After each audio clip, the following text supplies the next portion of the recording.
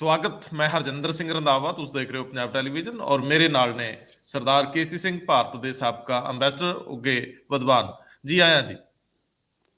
ਸਤਿ ਸ਼੍ਰੀ ਅਕਾਲ ਰੰਧਾਵਾ ਸਾਹਿਬ। ਹੁਣ ਤਾਂ ਵਿਦਵਾਨਗੀ ਤਾਂ ਪਿੱਛੇ ਰਹਿ ਗਈ। ਕੁਝ ਦਿਨਾਂ ਦੇ ਤਾਂ ਹੁਣ ਅਸੀਂ ਆਪਣੀ ਪੋਲੀਟੀਕਲ ਪਾਰਟੀ ਬਣਾ ਲਈ ਸੀ। ਇਲੈਕਸ਼ਨ ਕਮਿਸ਼ਨ ਨੇ ਸਾਡਾ ਨਾਂ ਵੀ ਮਨਜ਼ੂਰ ਕਰ ਦਿੱਤਾ, ਹਾਲਾਂਕਿ ਪੂਰੀ ਮਨਜ਼ੂਰੀ ਆਉਣ ਵਾਲੀ ਹੈ ਕੁਝ ਦਿਨਾਂ 'ਚ।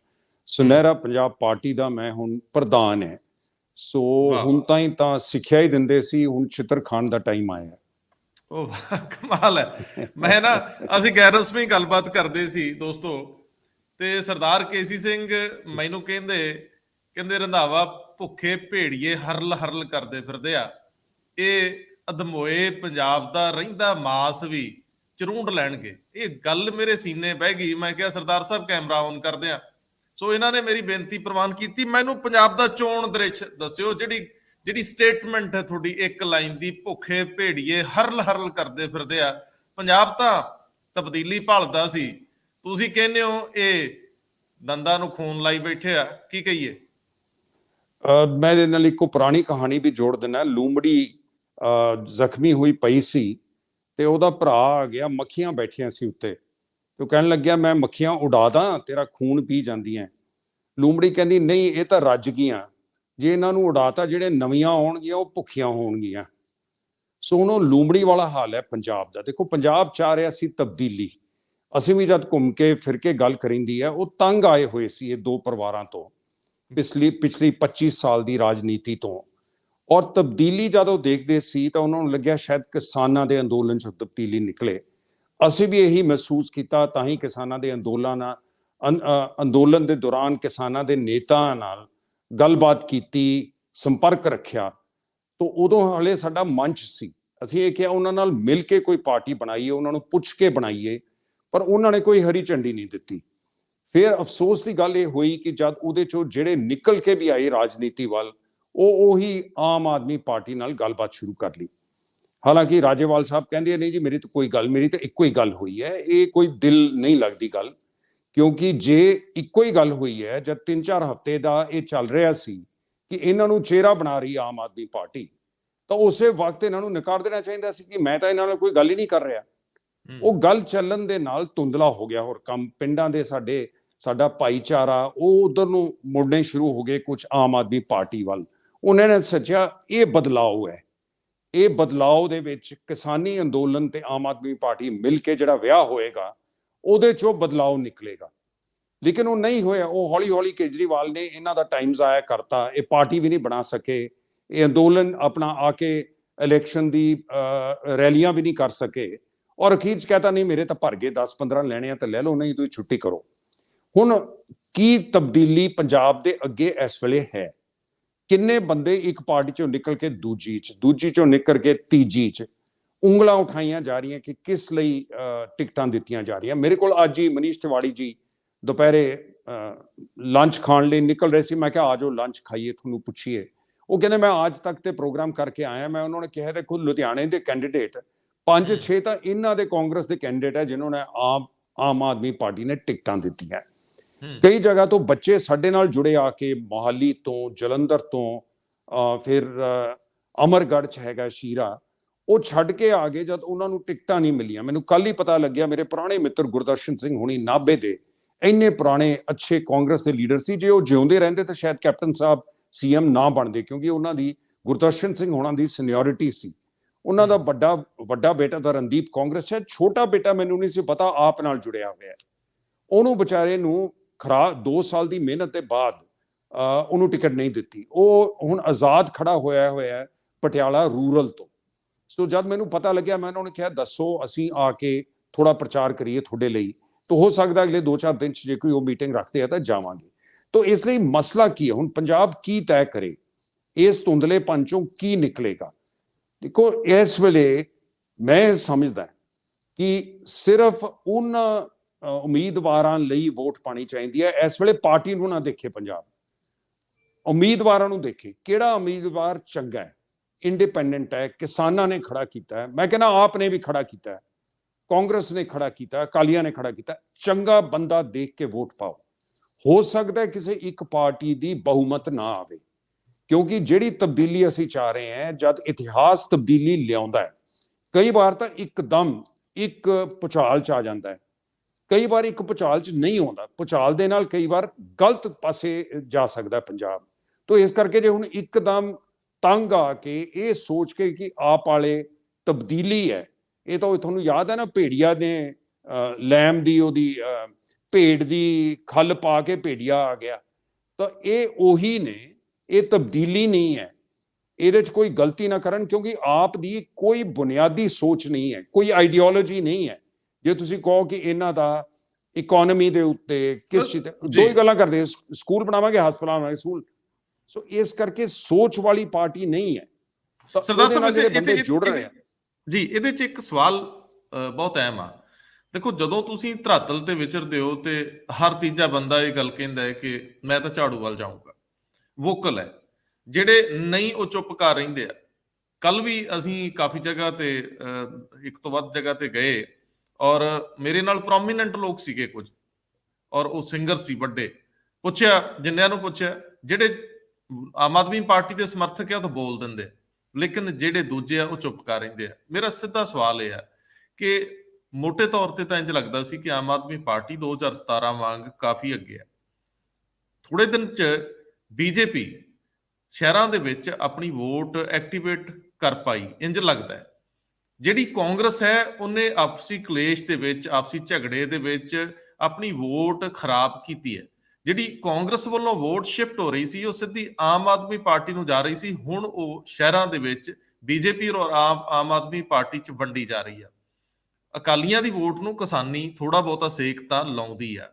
ਸੋ ਜੇ ਇਹ ਸਾਰੇ ਦ੍ਰਿਸ਼ ਨੂੰ ਤੁਸੀਂ ਦੇਖੋਗੇ, ਬੁਨਿਆਦੀ ਤੌਰ ਤੇ ਆਮ ਆਦਮੀ ਪਾਰਟੀ ਨੂੰ ਰਿਜੈਕਟ ਕਰ ਦੇਣਾ, ਰੂਲ ਆਊਟ ਕਰ ਦੇਣਾ ਸੰਭਵ ਨਹੀਂ ਲੱਗਦਾ, ਲੇਕਿਨ ਬੀਜੇਪੀ ਨੂੰ ਸ਼ਹਿਰਾਂ ਦੇ ਵਿੱਚੋਂ ਮੁਕੰਮਲ ਰੂਲ ਆਊਟ ਕਰ ਦੇਣਾ ਉਹ ਵੀ ਨਹੀਂ ਠੀਕ ਲੱਗਦਾ। ਮੈਨੂੰ ਨਹੀਂ ਪਤਾ ਵੀ ਉਹ ਕਿੰਨੀਆਂ 2 ਜਾਂ 4 ਜਾਂ 5 ਜਾਂ 10 ਜਾਂ 15 ਕਿੰਨੀਆਂ ਸੀਟਾਂ ਜਿੱਤ ਪਾਉਂਦੇ, ਕਿਸੇ ਨੂੰ ਕੋਈ ਪਤਾ ਨਹੀਂ, ਲੇਕਿਨ ਉਹ ਦੂਜਿਆਂ ਦੀ ਜਿੱਤ ਵਿੱਚ ਰੋੜੇ ਜ਼ਰੂਰ ਪਾ ਸਕਦੇ ਆ। ਸੋ ਇਸ ਸਮੁੱਚੇ ਦ੍ਰਿਸ਼ ਨੂੰ ਜੇ ਮੈਂ ਤੁਹਾਡੇ ਨਜ਼ਰੀਏ ਤੋਂ, ਕਿਉਂਕਿ ਮੇਰੇ ਨਾਲੋਂ ਤੁਹਾਡੀ ਨਜ਼ਰ ਜ਼ਰਾ ਤੀਖਣ ਹੈ ਤੇ ਤੁਸੀਂ ਦੇਖਦੇ ਵੀ ਉਹਨੂੰ ਕਈ ਕੋਣਾਂ ਤੋਂ, ਸੋ ਉਹ ਪਰਖ ਤੁਹਾਡੀ ਦੇ ਉੱਤੇ ਹੁਣ ਤੱਕ ਕੀ ਤੁਹਾਨੂੰ ਲੱਗਿਆ ਕਿ ਹੁਣ ਕਿੱਥੇ ਖੜੇ ਆ? 4 ਦਿਨ ਬਾਅਦ ਨੂੰ ਨਹੀਂ ਅਸੀਂ ਚੱਲਦੇ, ਅੱਜ ਦੇ ਦਿਨ ਤੱਕ ਤੁਹਾਨੂੰ ਕੀ ਦ੍ਰਿਸ਼ ਲੱਗਦਾ ਹੈ? 3 ਚੀਜ਼ਾਂ ਮੈਂ ਹੋਰ ਐਡ ਕਰ ਇਹਦੇ ਚ ਜਮਾ ਕਰਦਾ ਤੁਹਾਡੀ ਗੱਲ ਚ। ਪਹਿਲੀ ਗੱਲ ਤਾਂ ਜਿਹੜੇ ਡੇਰੇ ਕਾਬੂ ਕੀਤੇ ਨੇ ਬੀਜੇਪੀ ਨੇ, ਅਭਿਆਸ ਵਾਲੇ ਆਮ ਤੌਰ ਤੇ ਸਾਹਮਣੇ ਨਹੀਂ ਆਉਂਦੇ ਹੁੰਦੇ ਬਾਬਾ ਜੀ, ਕਿਉਂਕਿ ਉਹ ਪੁਰਾਣੇ ਕੇਸ ਕੂਸ, ਪ੍ਰਸ਼ਨ ਚਿੰਨ੍ਹ ਉਹਨਾਂ ਤੇ ਚੱਲ ਰਹੇ ਨੇ।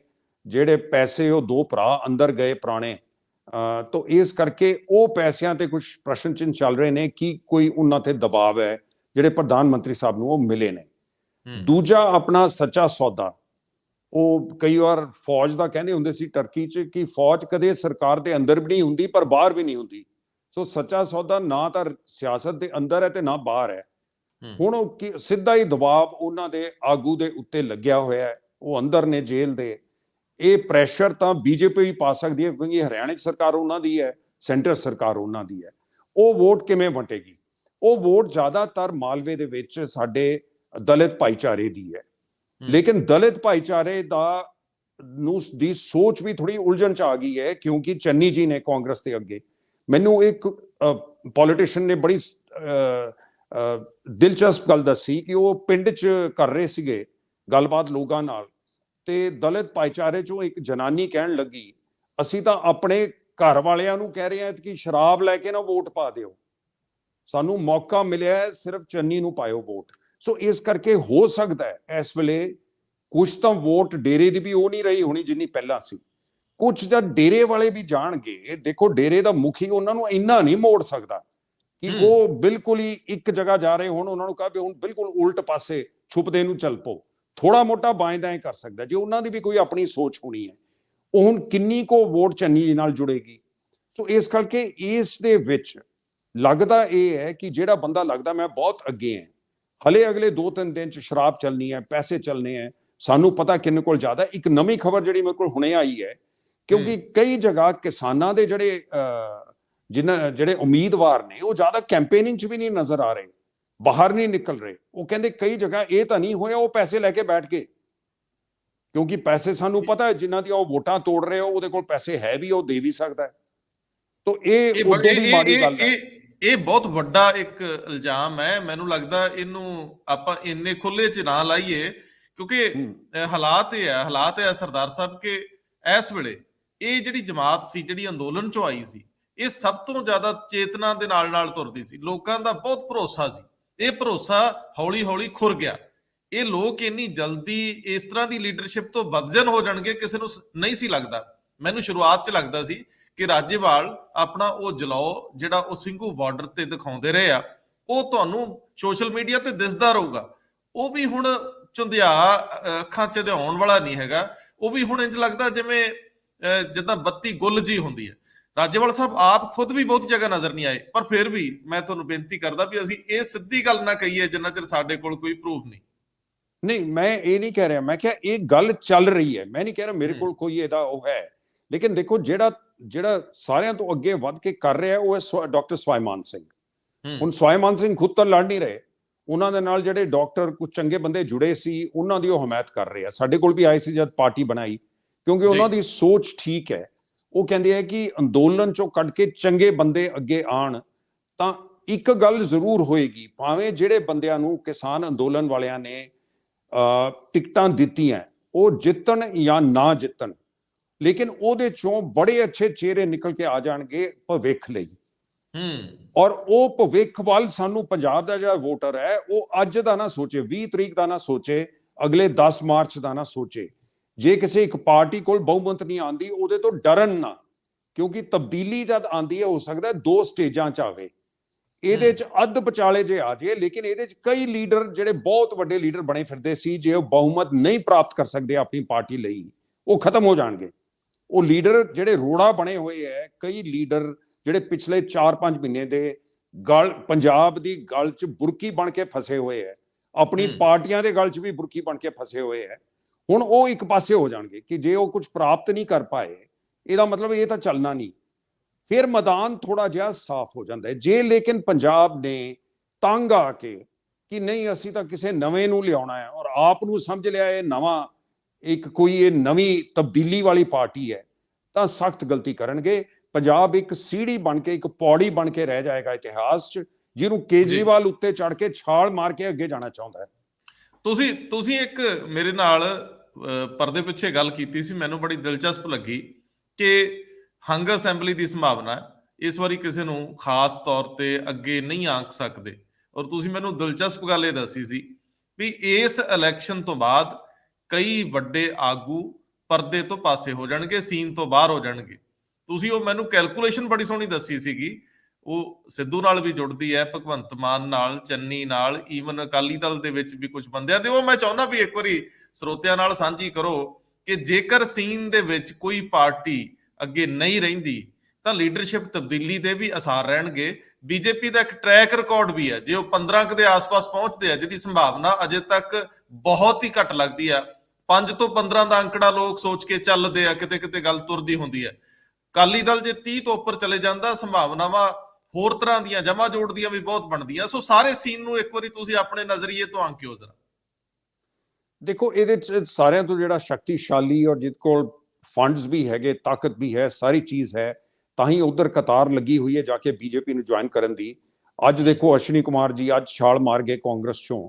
ਹੁਣ ਉਹਦੇ 'ਚ 2 ਹੀ ਹੋ ਸਕਦੇ, ਆਪ 'ਚ ਜਾਣਗੇ, ਬੀਜੇਪੀ 'ਚ ਜਾਣਗੇ, ਅਕਾਲੀ ਦਲ 'ਚ ਤਾਂ ਜਾਂਦੇ ਨਹੀਂ ਲੱਗਦੇ।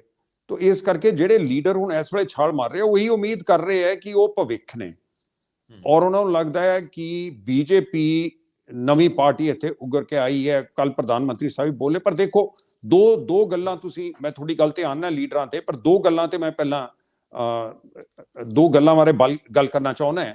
ਪ੍ਰਧਾਨ ਮੰਤਰੀ ਜੀ ਇੱਕ ਚੀਜ਼ ਕਹਿੰਦੇ ਆ ਜੀ, ਡਬਲ ਇੰਜਨ ਸਰਕਾਰ। ਹੁਣ ਇਹ ਕਿੰਨਾ ਗਲਤ ਅਸੂਲ ਹੈ। ਅਸੀਂ ਫੈਡਰਲ ਸਿਸਟਮ ਹੈ, ਇੱਕ ਸੈਂਟਰ ਦੇ ਪ੍ਰਧਾਨ ਮੰਤਰੀ ਲਈ ਸਾਰੇ ਸੂਬੇ ਇੱਕ ਬਰਾਬਰ ਹੋਣੇ ਚਾਹੀਦੇ, ਭਾਵੇਂ ਉਹਦੇ 'ਚ ਕਿਸੇ ਦੀ ਵੀ ਸਰਕਾਰ ਹੋਵੇ, ਤੁਹਾਡੀ ਹੋਵੇ ਜਾਂ ਕਿਸੇ ਦੀ ਵੀ ਹੋਵੇ, ਕਿਉਂਕਿ ਤੁਹਾਨੂੰ ਹਿੰਦੁਸਤਾਨ ਦੇ ਲੋਕਾਂ ਨੇ ਪੂਰੇ ਹਿੰਦੁਸਤਾਨ ਲਈ ਚੁਣਿਆ। ਤੁਹਾਡੀਆਂ ਸਾਰੀਆਂ ਉਂਗਲਾਂ ਇੱਕ ਬਰਾਬਰ ਹੋਣੀਆਂ ਚਾਹੀਦੀਆਂ, ਕਿਉਂਕਿ ਫੈਡਰਲ ਸਿਸਟਮ ਹੈ। ਜੇ ਫੈਡਰਲ ਸਿਸਟਮ ਨਹੀਂ ਹੈ ਤਾਂ ਡਬਲ ਇੰਜਨ ਦਾ ਕੀ ਮਤਲਬ ਹੈ? ਤੁਸੀਂ ਮਦਦ ਨਹੀਂ ਕਰੋਗੇ ਜੇ ਬੀਜੇਪੀ ਦੀ ਸਰਕਾਰ ਨਹੀਂ ਹੋਊਗੀ। ਫਿਰ ਦੂਜਾ ਸਵਾਲ ਇਹ ਉੱਠਦਾ ਹੈ, ਜਿੱਥੇ ਬੀਜੇਪੀ ਦੀਆਂ ਸਰਕਾਰਾਂ ਹੈ ਉੱਥੇ ਤਾਂ ਤੁਹਾਡਾ ਡਬਲ ਇੰਜਨ ਲੱਗਿਆ ਬੜੇ ਸਾਲ ਹੋ ਗਏ, ਉਹ ਕੀ ਬਹੁਤ ਅੱਗੇ ਚਲੀ ਗਏ। ਤੁਸੀਂ ਦੇਖੋ ਗੋਆ 'ਚ ਕਿਵੇਂ ਬੀਜੇਪੀ 'ਚ ਇੱਕ ਕਸਮਾਨ ਮੱਚਿਆ, ਛੋਟੇ ਜਿਹੇ ਸੂਬੇ 'ਚ। ਉੱਤਰਾਖੰਡ 'ਚ ਜੇ ਸਰਕਾਰ ਇਹਨਾਂ ਦੀ ਹਾਰ ਜਾਂਦੀ ਹੈ ਫਿਰ ਡਬਲ ਇੰਜਨ ਕਿੱਥੇ ਗਿਆ? ਦੇਹਰਾਦੂਨ ਦੇ ਸਟੇਸ਼ਨ ਤੇ ਖੜਾ ਰਹਿ ਗਿਆ। ਤਾਂ ਇਹ ਗੱਲਾਂ ਕਰਨ ਵਾਲੀਆਂ ਨਹੀਂ ਜਿਹੜੀਆਂ ਪ੍ਰਧਾਨ ਮੰਤਰੀ ਸਾਹਿਬ ਨੂੰ ਕਰਨੀਆਂ ਨਹੀਂ ਚਾਹੀਦੀਆਂ। ਉਹ ਆਪਣਾ ਪ੍ਰੋਗਰਾਮ ਦੱਸਣ, ਲੇਕਿਨ ਇਹ ਕਹਿਣਾ ਜੀ ਡਬਲ ਇੰਜਨ ਬਣਾਵਾਂਗੇ, ਭਰਤੀ ਕਰ ਲਏ ਬੰਦੇ ਇੱਕਦਮ, ਜਿਵੇਂ ਆਰਮੀ ਦੀ ਭਰਤੀ ਹੋ ਰਹੀ ਹੁੰਦੀ ਆ ਕੇ ਜਿਹੜਾ ਲੱਭਿਆ ਚੱਲ ਬਈ ਤੂੰ ਅੰਦਰ ਪਾਰਟੀ ਦੇ। ਪੰਜਾਬ ਵਾਲੇ ਇਸ ਤਰੀਕੇ ਨਾਲ ਨਹੀਂ ਜੇ ਤੁਰਨ ਲੱਗੇ। ਪੰਜਾਬ ਦੀ ਸਾਡੀ ਸਾਂਝੀ ਇੱਕ ਸੋਚ ਹੈ, ਹਿੰਦੂ ਸਿੱਖ ਸਾਰਾ ਭਾਈਚਾਰਾ, ਦਲਿਤ ਇੱਕ ਭਾਈਚਾਰਾ ਹੈਗਾ। ਉਹ ਜਾਣਦੇ ਨੇ ਕੌਣ ਇਹ ਅਮਨ ਚੈਨ ਇੱਥੋਂ ਦਾ ਵਿਗੜ ਸਕਦਾ ਹੈ। ਉਹ ਪਾਕਿਸਤਾਨ ਨਹੀਂ ਵਿਗਾੜੇਗਾ। ਜੇ ਅਸੀਂ ਖੁਦ ਵਿਗਾੜਾਂਗੇ ਤਾਂ ਪਾਕਿਸਤਾਨ ਉਹਦੇ 'ਚ ਉਂਗਲ ਲਾਏਗਾ, ਜੇ ਅਸੀਂ ਨਹੀਂ ਕਰਾਂਗੇ ਤਾਂ ਨਹੀਂ ਹੋਗੇ। ਤਾਂ ਇਸ ਕਰਕੇ ਜਿਹੜੀ ਸਵਾਲ ਤੁਸੀਂ ਪੁੱਛ ਰਹੇ ਸੀ, ਦੇਖੋ ਵੱਡੀਆਂ ਵੱਡੀਆਂ ਤੋਪਾਂ ਐ ਇਸ ਵੇਲੇ, ਇਹ ਜਿਹੜੀ ਲੜਾਈ ਹੋਣ ਲੱਗੀ ਹੈ ਵੱਡੀਆਂ ਤੋਪਾਂ ਬਾਹਰ ਨੇ। ਆਪ ਕੋਲ ਹਮੇਸ਼ਾ ਉਹ ਤੋਪ 10 ਸਾਲ ਹੋ ਗਏ ਉਸ ਤੋਪ ਦੇ ਕਾਲਡ ਭਗਵੰਤ ਮਾਨ, ਉਹਨੂੰ ਪਹਿਲੀ ਵਾਰ ਨਾ ਵਰਤਿਆ। ਫਿਰ ਇਹ ਰਹਿ ਗਿਆ ਜੀ ਜੇ ਭਗਵੰਤ ਮਾਨ ਹੁੰਦਾ ਤਾਂ ਅਸੀਂ ਪਿਛਲੀ ਵਾਰ ਜਿੱਤ ਜਾਂਦੇ। ਫਿਰ ਭਗਵੰਤ ਮਾਨ ਨੂੰ 4 ਸਾਲ ਤੇ 11 ਮਹੀਨੇ ਨਹੀਂ ਵਰਤਿਆ, 12ਵੇਂ ਮਹੀਨੇ 'ਚ ਲਿਆ ਕੇ ਵੱਡੀ ਤੋਪ ਅੱਗੇ ਕੱਢ ਕੇ ਖੜੀ ਕਰਤੀ। ਹੁਣ ਜੇ ਉਹ ਤੋਪ ਚੱਲਦੀ ਹੈ ਔਰ ਕਿਲਾ ਫੇਰ ਵੀ ਨਹੀਂ ਫਤਿਹ ਹੁੰਦਾ ਤਾਂ ਕੀ ਨਤੀਜਾ ਨਿਕਲਿਆ? ਇਹਦਾ ਮਤਲਬ ਆਪ ਦੀ ਤੋਪ ਫੇਲ, ਜਾਂ ਤਾਂ ਉਹ ਚੱਲ ਜਾਏਗੀ ਜਾਂ ਫੇਲ ਹੋ ਜਾਏਗੀ। ਦੂਜੇ ਪਾਸੇ ਚੰਨੀ ਸਾਹਿਬ ਨੂੰ ਲਗਾਇਆ ਇਹਨਾਂ ਨੇ, ਕਾਸਟ ਦੀ ਰਾਜਨੀਤੀ ਕਾਂਗਰਸ ਨੇ ਪਹਿਲੀ ਵਾਰ ਚਲਾਉਣ ਦੀ ਇਹਦੇ 'ਚ ਕੋਸ਼ਿਸ਼ ਕੀਤੀ। ਤੁਹਾਡਾ ਮਤਲਬ ਹੈ ਕਿ ਜੇਕਰ ਆਮ ਆਦਮੀ ਪਾਰਟੀ ਇਸ ਵਾਰੀ ਕਾਮਯਾਬ ਨਹੀਂ ਹੁੰਦੀ ਤਾਂ ਕੇਜਰੀਵਾਲ ਜਿਸ ਤਰ੍ਹਾਂ ਦਾ ਉਹਨਾਂ ਦਾ ਤਰੀਕਾ ਹੈ, ਭਗਵੰਤ ਮਾਨ ਸੀਨ ਤੋਂ ਪੂਰੀ ਤਰ੍ਹਾਂ ਨਦਾਰਦ ਹੋ ਜਾਣਗੇ ਜਾਂ ਕਰਤੇ ਜਾਣਗੇ, ਦੁਬਾਰਾ ਉਹਨਾਂ ਕੋਲ ਕੋਈ ਸੰਭਾਵਨਾ ਨਹੀਂ ਬਚਦੀ ਜੀ।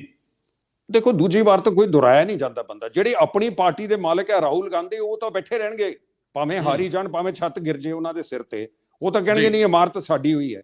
ਲੇਕਿਨ ਜਿਹੜਾ ਬਾਹਰਲਾ ਬੁਲਾਇਆ ਹੋਇਆ ਜਰਨੈਲ ਹੁੰਦਾ ਹੈ, ਉਹ ਜਰਨੈਲ ਤੇ ਤਾਂ ਛਿੱਟੇ ਪੈਣਗੇ ਹੀ ਪੈਣਗੇ। ਸੋ ਇਵੇਂ ਚੰਨੀ ਜੀ ਤੇ ਪੈਣਗੇ। ਜੇ ਤੁਸੀਂ ਚੰਨੀ ਨੂੰ ਲਗਾ ਕੇ ਨਹੀਂ ਹੁੰਦਾ ਫਿਰ ਇਹਦਾ ਮਤਲਬ ਇਹ ਰਾਜਨੀਤੀ ਨਹੀਂ ਚੱਲ ਸਕਦੀ ਪੰਜਾਬ 'ਚ। ਇਹ ਕਹਿ ਕੇ ਪਹਿਲਾਂ ਬੀਜੇਪੀ ਕਹਿੰਦੀ ਸੀ, ਆਪ ਵੀ ਕਹਿੰਦੀ ਸੀ ਅਸੀਂ ਲਿਆਵਾਂਗੇ ਜੀ ਦਲਿਤ ਨੂੰ, ਹੁਣ ਤਾਂ ਤੁਸੀਂ ਭਗਵੰਤ ਮਾਨ ਨੂੰ ਲਿਆਂਦਾ। ਫਿਰ ਸਿੱਧੂ ਸਾਹਿਬ ਹੁਣ ਦੇਖੋ ਰੁੱਸੇ ਜੇ ਬੈਠੇ। ਅੱਛਾ, ਮੈਨੂੰ ਦਿਲਚਸਪ ਗੱਲ ਪਤਾ ਲੱਗੀ, ਉਹ ਕਹਿੰਦੇ ਚੰਨੀ ਜੀ ਐਵੇਂ ਕਹੀ ਜਾਂਦੇ ਮੇਰੇ ਹੈਲੀਕਾਪਟਰ ਨੂੰ ਉੱਡਣ ਦਾ ਟਾਈਮ ਨਹੀਂ ਦਿੱਤਾ, ਗਰਾਊਂਡ ਕਰਤਾ। ਉਹ ਤਾਂ ਪਤਾ ਹੀ ਹੈ ਜੇ ਪ੍ਰਧਾਨ ਮੰਤਰੀ ਦਾ ਜਹਾਜ਼ ਲੈਂਡ ਹੋ ਰਿਹਾ ਹੋਵੇ 에ਅਰ ਸਪੇਸ ਬੰਦ ਕਰ ਦਿੰਦੇ ਆ, ਇਹ ਤਾਂ ਕੋਈ ਨਵੀਂ ਚੀਜ਼ ਨਹੀਂ ਹੈ। ਤੇ ਉਹ ਕਹਿੰਦੇ ਕਿ ਇਹ ਤਾਂ ਪਹਿਲਾਂ ਪਤਾ ਹੋਣਾ ਚਾਹੀਦਾ ਪੰਜਾਬ ਸਰਕਾਰ ਨੂੰ। ਉਹ ਕਹਿੰਦੇ ਕਿਤੇ ਇਹ ਤਾਂ ਨਹੀਂ ਸੀ ਸਿੱਧੂ ਸਾਹਿਬ ਨੇ ਕਿਹਾ ਜੇ ਉਹਨੂੰ ਬੁਲਾਉਣਾ ਤਾਂ ਮੈਂ ਸਟੇਜ ਤੇ ਨਹੀਂ ਆਉਂਗਾ, ਕਿਉਂਕਿ ਆਪਾਂ ਦੇਖਿਆ ਉਦੋਂ ਕੀ ਹੋਇਆ ਧੂਰੀ ਦੇ ਵਿੱਚ, ਜਦ ਪ੍ਰਿਯੰਕਾ ਦੇ ਬੈਠਿਆ ਇਹਨਾਂ ਨੇ ਜਵਾਬ ਦਿੱਤਾ ਮੈਂ ਤਾਂ ਬੋਲਣਾ ਨਹੀਂ।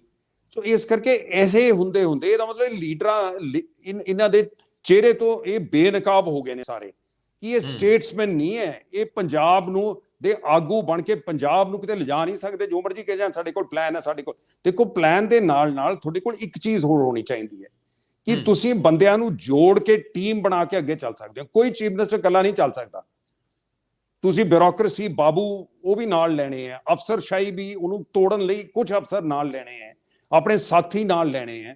ਔਰ ਅੱਛਾ ਸਟੇਟਸਮੈਨ ਤਾਂ ਉਹ ਹੁੰਦਾ ਜਿਹੜਾ ਤੁਹਾਡਾ ਆਪੋਜੀਸ਼ਨ ਵਾਲੇ ਉਹਨਾਂ ਨੂੰ ਵੀ ਨਾਲ ਲਓ। ਜੇ ਤੁਸੀਂ ਰਲ ਕੇ ਹੀ ਨਹੀਂ ਚੱਲ ਸਕਦੇ ਤਾਂ ਪੰਜਾਬ ਨੂੰ ਕਿੱਥੇ ਲਿਜਾਓਗੇ? ਆਪਣੇ ਸਿਆਪਾ ਪਾਈ ਰੱਖੋਗੇ ਸਾਰਾ ਟਾਈਮ।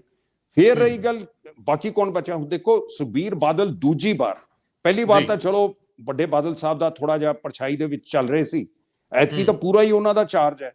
ਜੇ 10 ਸਾਲ ਅਕਾਲੀ ਦਲ ਵਾਪਸ ਨਹੀਂ ਆ ਸਕਦਾ ਫਿਰ ਉੱਥੇ ਵੀ ਸਵਾਲ ਉੱਠਣਗੇ ਕਿ ਇਸ ਟੱਬਰ ਦੇਖੋ ਤਰੇੜਾਂ ਤਾਂ ਪਹਿਲਾਂ ਹੀ ਆ ਗਏ ਸੀ, ਢੀਂਡਸਾ ਸਾਹਿਬ ਛੱਡ ਗਏ, ਉਧਰ ਮਾਝੇ ਦੇ ਵਿੱਚ ਤਰੇੜਾਂ ਪੈ ਗਈਆਂ, ਤੇ ਇਹ ਫਿਰ ਸਵਾਲ ਵੈਸੇ ਸਰਦਾਰ ਸਾਹਿਬ ਤੁਹਾਡਾ ਅਨੁਭਵ ਕੀ ਕਹਿ ਰਿਹਾ?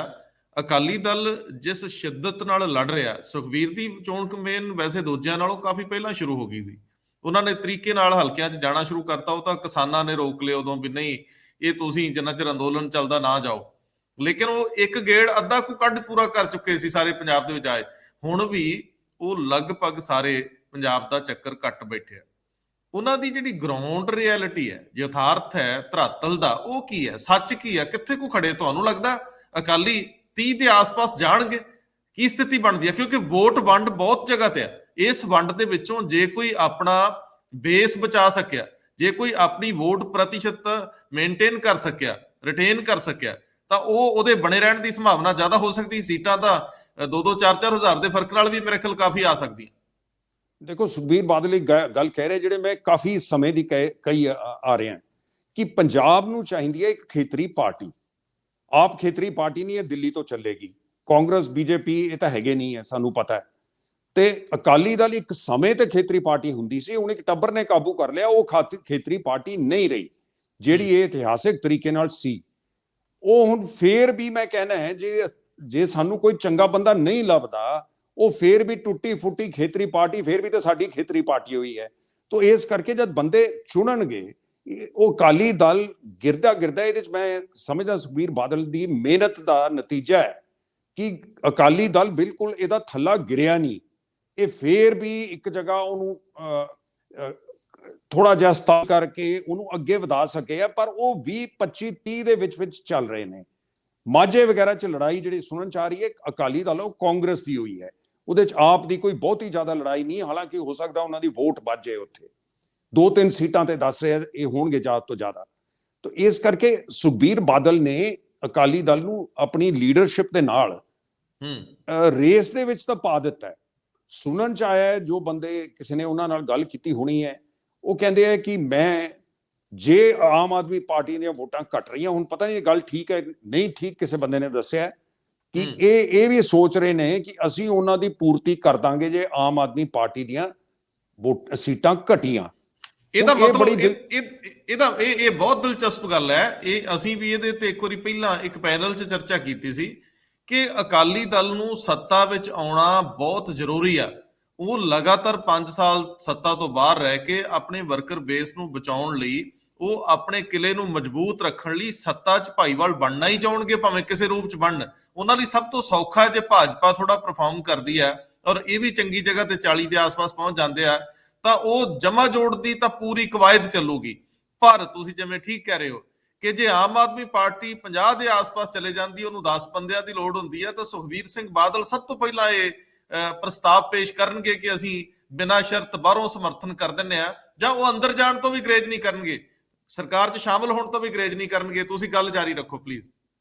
ਹਾਂ, ਉਹਦਾ ਹੁਣ ਨਤੀਜਾ ਕੀ ਹੋਊਗਾ, ਇਹ ਕਿੰਨਾ ਚਿਰ ਚੱਲੇਗੀ?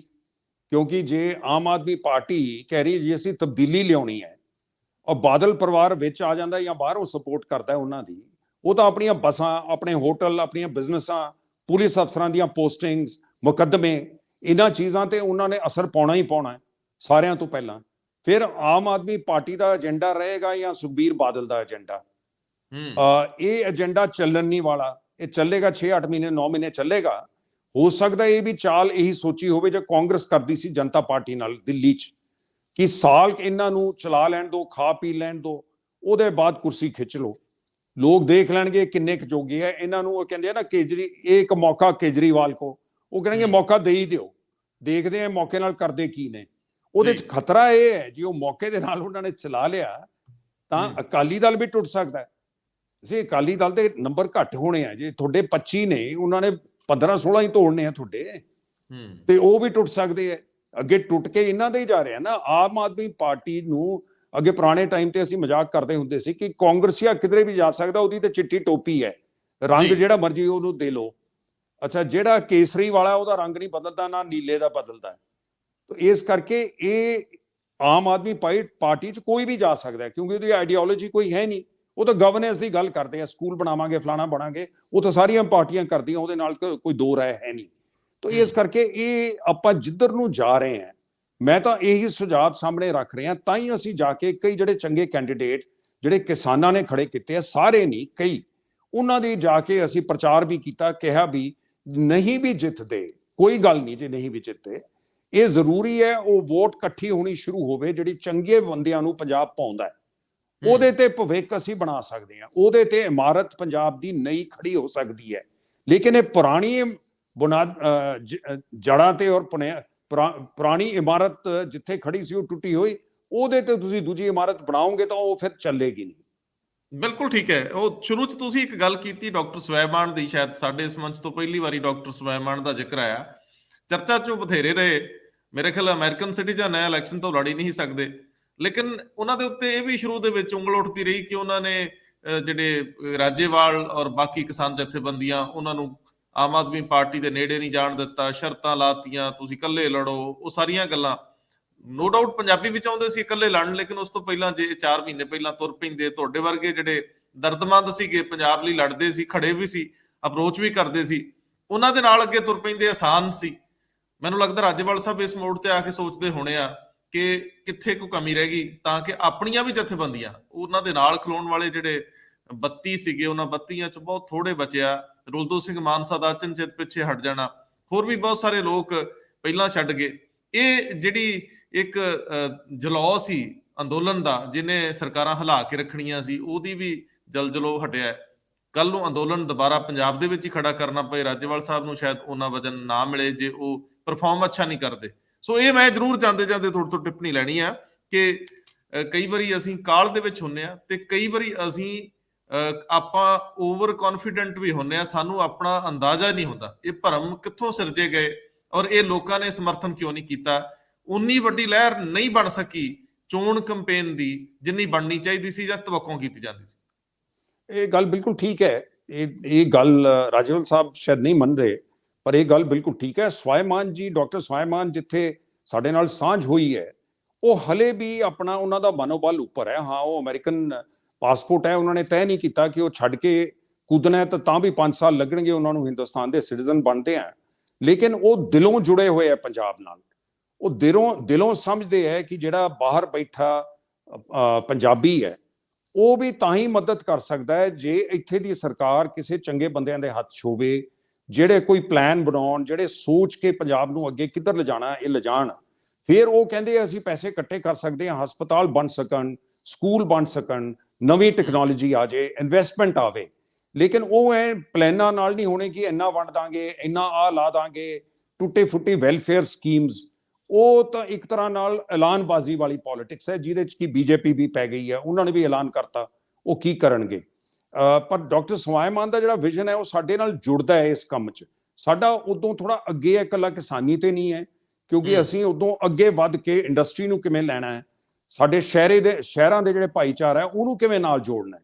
ਇਹ ਕਮਜ਼ੋਰੀ ਸਾਰਿਆਂ ਤੋਂ ਵੱਡੀ ਇਹ ਰਹਿ ਗਈ, ਜਿਹੜੀ ਮੈਂ ਉਦੋਂ ਜਦ ਰਾਜੇਵਾਲ ਸਾਹਿਬ ਕੋਲ ਗਏ ਅਸੀਂ ਕਿਹਾ, ਕੱਲੇ ਕਿਸਾਨੀ ਦੇ ਮੁੱਦਿਆਂ ਤੇ ਆਪਾਂ ਪੰਜਾਬ ਨਹੀਂ ਜਿੱਤ ਸਕਦੇ, ਆਪਾਂ ਨੂੰ ਇਹ ਮੁੱਦੇ ਵਧਾਉਣੇ ਪੈਣੇ ਆ, ਆਪਾਂ ਨੂੰ ਹੋਰ ਭਾਈਚਾਰਾ ਨਾਲ ਲੈਣਾ ਪੈਣਾ। ਉਹ ਅਸੀਂ ਤਾਂ ਹੀ ਲੈ ਸਕਦੇ ਹਾਂ ਜੇ ਅਸੀਂ ਪਹਿਲਾਂ ਸ਼ੁਰੂ ਕਰ ਲਈਏ। ਤੁਹਾਡੀ ਗੱਦੀ ਖਾਲੀ ਰੱਖ ਲਾਂਗੇ, ਉਹਨਾਂ ਨੇ ਨਹੀਂ ਸਵੀਕਾਰ ਕੀਤਾ, ਉਹਨਾਂ ਦੇ ਮਨ 'ਚ ਕੋਈ ਹੋਰ ਪਲਾਨ ਸੀ। ਇਸ ਕਰਕੇ ਹੁਣ ਤਾਂ ਉਹ ਤਾਂ ਚਲੋ ਪਿੱਛੇ ਨਿਕਲ ਗਿਆ, ਪਾਣੀ ਗਿਆ ਦਰਿਆ ਦਾ। ਹੁਣ ਅੱਗੇ ਦਾ ਇਹ ਹੈ ਕਿ ਪੰਜਾਬ ਇਸ ਵੇਲੇ ਜਦ ਫੈਸਲਾ ਕਰੇ, ਮੇਰੀ ਦਰਖਾਸਤ ਇਹੀ ਹੈ ਕਿ ਤੁਸੀਂ ਬੰਦੇ ਚੰਗੇ ਦੇਖ ਕੇ ਵੋਟ ਪਾਓ, ਉਹਦਾ ਚੁਣਾਵ ਚਿੰਨ੍ਹ ਦੇਖ ਕੇ ਨਾ ਪਾਓ। ਕੋਈ ਗੱਲ ਨਹੀਂ, ਜਿੱਤਦਾ ਹਾਰਦਾ ਕੋਈ ਗੱਲ ਨਹੀਂ, ਉਹ ਦੇਖੀ ਜਾਊਗੀ।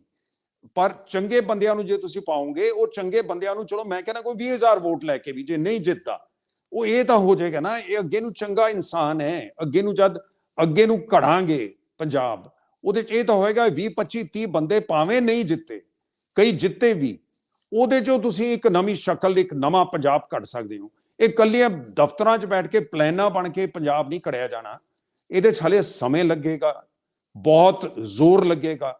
ਔਰ ਮੈਨੂੰ ਲੱਗਦਾ ਹੈ ਕਿ ਜੇ ਸਥਿਰ ਗਵਰਨਮੈਂਟ ਨਾ ਆਈ ਤਾਂ ਹੋ ਸਕਦਾ 1-2 ਸਾਲ 'ਚ ਸਾਨੂੰ ਫੇਰ ਮੌਕਾ ਮਿਲ ਜਾਏ, ਨਹੀਂ ਤਾਂ 5 ਸਾਲ ਬਾਅਦ ਮਿਲੇਗਾ, 2 ਸਾਲ ਬਾਅਦ ਤਾਂ ਪਾਰਲੀਮੈਂਟ ਦਾ ਮੌਕਾ ਮਿਲ ਜਾਣਾ। ਲੇਕਿਨ 2 ਸਾਲ ਦੇ ਅੰਦਰ ਹੋ ਸਕਦਾ ਦੁਬਾਰਾ ਪੰਜਾਬ 'ਚ ਇਹ ਮੌਕਾ ਮਿਲ ਜੇ ਔਰ ਆਪਾਂ ਇੱਕ ਚੰਗਾ ਪੰਜਾਬ ਬਣਾਉਣ ਦਾ ਉਦੋਂ ਢਾਂਚਾ ਖੜੇ ਕਰਨ ਦੀ ਕੋਸ਼ਿਸ਼ ਕਰ ਸਕੀਏ, ਸਾਰੇ ਬੰਦਿਆਂ ਨੂੰ ਜੋੜ ਕੇ, ਜਿਹੜੇ ਚੰਗੇ ਹੈ, ਜਿਹੜੇ ਇਸ ਹੁਣ ਦੀ ਇਲੈਕਸ਼ਨ 'ਚੋਂ ਨਿਕਲ ਕੇ ਆਉਣਗੇ ਬਾਹਰ। ਜੀ ਸਰਦਾਰ ਸਾਹਿਬ, ਕੁਦਰਤ ਕਰੇ ਤੁਹਾਡਾ ਇਹ ਖੁਆਬ, ਇਹ ਸੁਪਨਾ ਜ਼ਮੀਨ ਤੇ ਆਵੇ, ਧਰਾਤਲ ਤੇ ਸਾਕਾਰ ਹੋਵੇ। ਅਰਦਾਸ ਤਾਂ ਇਹੀ ਰਹਿੰਦੀ ਸਦਾ ਸਾਰਿਆਂ ਦੀ ਕਿ ਪੰਜਾਬ 'ਚ ਕੁਝ ਚੇਂਜ ਹੋਵੇ, ਬਦਲਾਅ ਹੋਵੇ। ਲੇਕਿਨ ਮੁੜ ਕੁੜ ਕੇ ਉੱਥੇ ਹੀ ਫਸ ਜਾਈਦਾ, ਬੰਦ ਗਲੀ ਦੇ ਵਿੱਚ, ਘੁੱਪ ਹਨੇਰੇ ਦੇ ਵਿੱਚ। ਵੇਖੋ 4-5 ਦਿਨ ਰਹਿ ਗਏ ਪ੍ਰਚਾਰ ਤੇ, ਮੇਰੇ ਖਿਆਲ ਅਸੀਂ 6 ਦਿਨ ਦੀ ਦੂਰੀ ਤੇ ਆ ਜਦੋਂ ਅਸੀਂ ਵੋਟ ਪਾਉਣੀ ਆ। ਪਹਿਲੀ ਗੱਲ ਤੇ ਵੋਟ ਪਾਉਣ ਲਈ ਜਾਂਦੇ ਕਿੰਨੇ ਆ, ਸਾਡੇ ਵਰਗੇ ਲੋਕ ਤਾਂ ਆਪਣੇ ਕੰਮਾਂ ਕਾਜਾਂ 'ਚ ਹੀ ਬਿਜ਼ੀ ਰਹਿੰਦੇ ਆ, ਵੋਟ ਵੀ ਕਿਸੇ ਵੇਲੇ ਨਹੀਂ ਪਾਉਣ ਜਾਂਦੇ। ਇਹ ਮਾੜੀ ਗੱਲ ਆ, ਇਹ ਕਰਨੀ ਚਾਹੀਦੀ। ਤੇ ਦੂਜੀ ਸਰਦਾਰ ਸਾਹਿਬ ਦੀ ਗੱਲ ਕਿ ਕੈਂਡੀਡੇਟ ਚੁਣੋ, ਹੋ ਸਕਦਾ ਅਸੈਂਬਲੀ ਵਿੱਚ ਵਿਚਾਲੇ ਫਸ ਜੇ, ਉਦੋਂ ਤੁਹਾਡਾ ਜੇ ਐਮਐਲਏ ਬੜਾ ਬਿਹਤਰ ਹੋਊਗਾ ਤਾਂ ਬਿਹਤਰ ਫੈਸਲਾ ਕਰਨ ਦੀ ਸਮਰੱਥਾ ਰੱਖਦਾ ਹੋਊਗਾ। ਹਾਲਾਂਕਿ ਹੁਣ ਪਾਰਟੀਆਂ ਦੇ ਚੁਣੇ ਹੋਏ ਬੰਦੇ ਇੱਧਰ ਉੱਧਰ ਜਾ ਤਾਂ ਨਹੀਂ ਸਕਦੇ। ਲੇਕਿਨ ਖੈਰ, ਸਰਦਾਰ ਸਾਹਿਬ ਦੀ ਆਸ ਅਰਦਾਸ ਪੂਰੀ ਹੋਵੇ। ਮਿਹਰਬਾਨੀ, ਬਹੁਤ ਬਹੁਤ ਮਿਹਰਬਾਨੀ। ਸਤਿ ਸ਼੍ਰੀ ਅਕਾਲ।